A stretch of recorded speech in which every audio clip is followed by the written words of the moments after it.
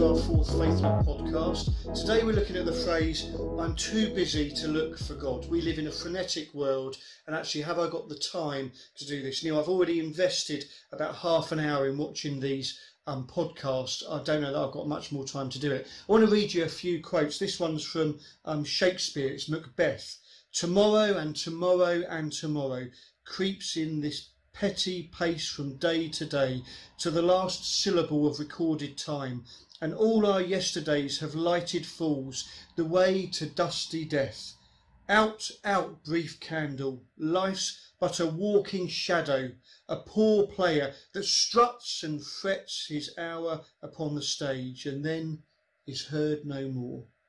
It is a tale told by an idiot, full of sound and fury, signifying nothing. Is that our view of life, a tale told by an idiot, full of sound and fury, signifying nothing? How about the American President Theodore Roosevelt? He said, "Far better is it to dare mighty things, to win glorious triumphs, even though checkered by failure, than to rank with those poor spirits who neither enjoy nor suffer much, because they live in a grey twilight that knows not victory nor defeat." Do we live life in a grey twilight that knows not victory nor defeat? How about this from the film a few decades ago, Trainspotting? Choose a life, choose a job, choose a career, choose a family, choose a big television, choose washing machines, cars, compact disc players and electrical tin openers. Choose DIY and wondering who you are on a Sunday morning. Choose sitting on that couch watching mind-numbing, spirit-crushing game shows, stuffing junk food into your mouth. Choose rotting away in the end of it all, nothing more than an embarrassment to the selfish. Choose your future. Choose life. But why would I want to do a thing like that? I'm too busy to think about God. The work ethic in the UK is interesting. According to statistics, we work more hours than any other European country and yet are the least productive. Surely that gives us pause for thought. I've spent much time with people nearing the end of their lives, and I've never heard one person say, "I wish I'd spent more time in the office."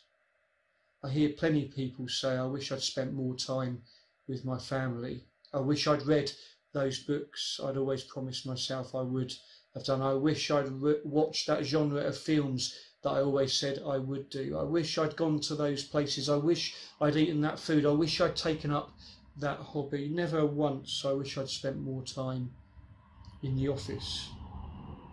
I quite like, it's one of my guilty pleasures, The Secret Billionaire, which is on Channel 4, where billionaires or millionaires go into communities where they're not known for their money, and then at the end they give out cheques to people that have come across their path to bless them.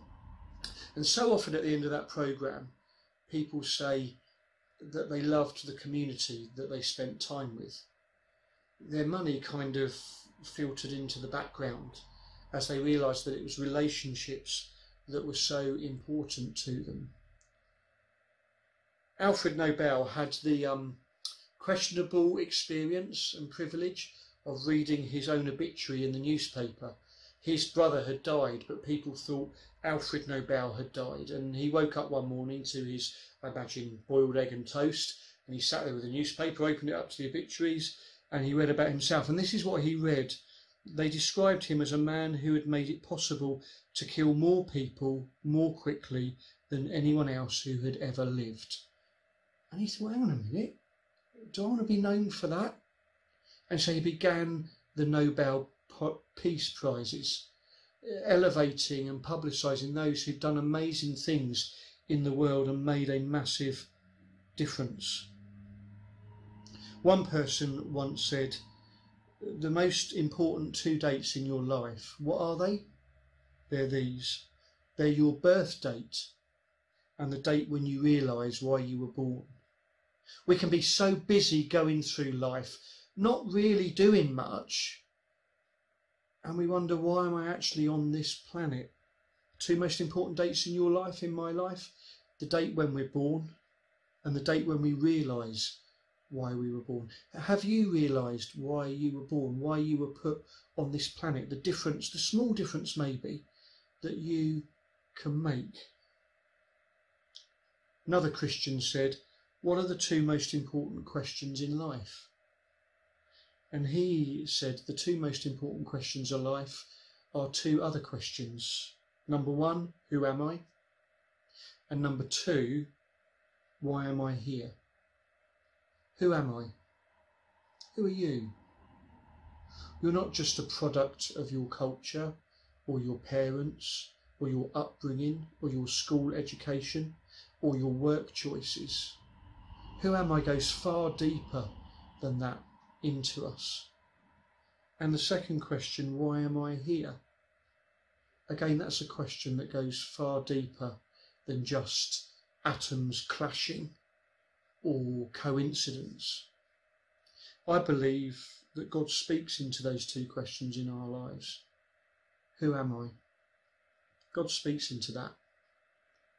He says, you are my daughter. You are my son. And why am I here? I believe God also speaks into that. You are here to be in relationship with me, God says, and to make a positive difference in the world in which you live.